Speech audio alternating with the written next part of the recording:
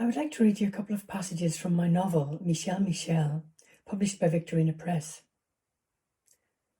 The novel tells a story of Axel, the son of a transgender birth father. I've chosen a couple of passages towards the end of the novel, but they're not spoilers. They are part of a dream sequence that runs through the novel, which gives some insight into Axel's consciousness. The first one, the golden mean, refers to his own thoughts about becoming a father. Golden mean. Symbols demand a response. They cannot be eaten alone quietly like words can. The individual is superseded by a shared symbol. Creator and observer blend together in intention and perception. Transmitters of energy transcending the technical form. The image of the latest and smartest of technical wonders remains in relationship long after the cycle of consumption supersedes it. I look for a symbol to protect me from the fear of being alone or the fear of my transition to becoming a father. I remind myself that I am the shaper of my own dreams. It seems to me that the unity of mind that I crave can be found in this place of unity of conscious and unconscious, not in the dreams alone. Dreams can illuminate my fears and desires, but in the end, they are integral to me and accessible to my mind, not the product of some supernatural stream of unconscious. I am the dreamer. Get rid of the victim, I say.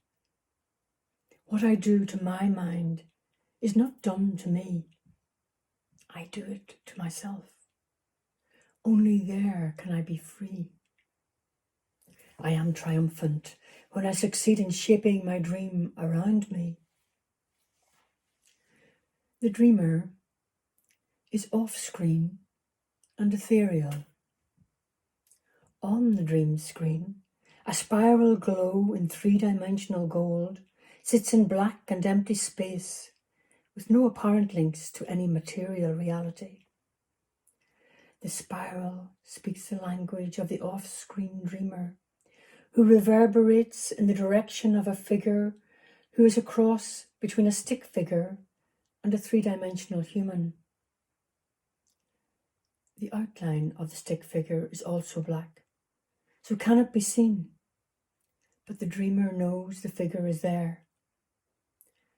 The spiral expresses her desire for the symmetry of straight lines. The stick figure suggests he draw the golden ratio around her with his golden pen. But first, she must accept a more rational relationship to reality and gravity. The spiral floats away without response and becomes a mermaid. The stick figure is transformed into the pen in the hand of a man who starts to draw straight lines. The second reading is called Coffin Comfort and refers to the death of Michel, which takes place before the novel starts, before the story starts. Coffin Comfort. The dream woke me. Maybe I should not record it, but let it float away, because it is a dream of coffins, and one which contains the detachment of the golden mean again. If she were here, Sophie would say that I am obsessed by the golden mean, and that it is not surprising it turns up in the dreams I chose to record. It is a way of detaching myself from my emotions. Typical man, she might mutter. This dream would confirm it for her. I must remember it for her, too, although it would confirm her regret that she never knew Michel. I assume the coffin is Michel's. It is carried along an empty dirt road by 4 drag queens, all dressed in bright lengths of African cotton, showing tanned legs on spindle heels.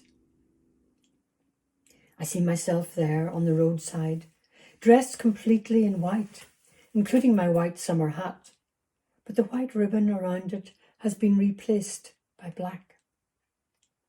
I am standing beside my drawing board and checking the measurements of the drawing of the coffin, which I see there, and compare them to the plain wood coffin carried by the drag queens. I measure the drawing again and check it. In the dream, I ask myself, why did Michel tell me to measure her coffin and make sure that the length related to the width in the ratio of 1 to 1.618?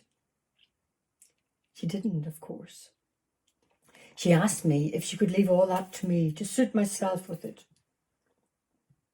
In the dream, I draw a straight line, adding the width of the coffin to the length of the coffin and measure it as 1.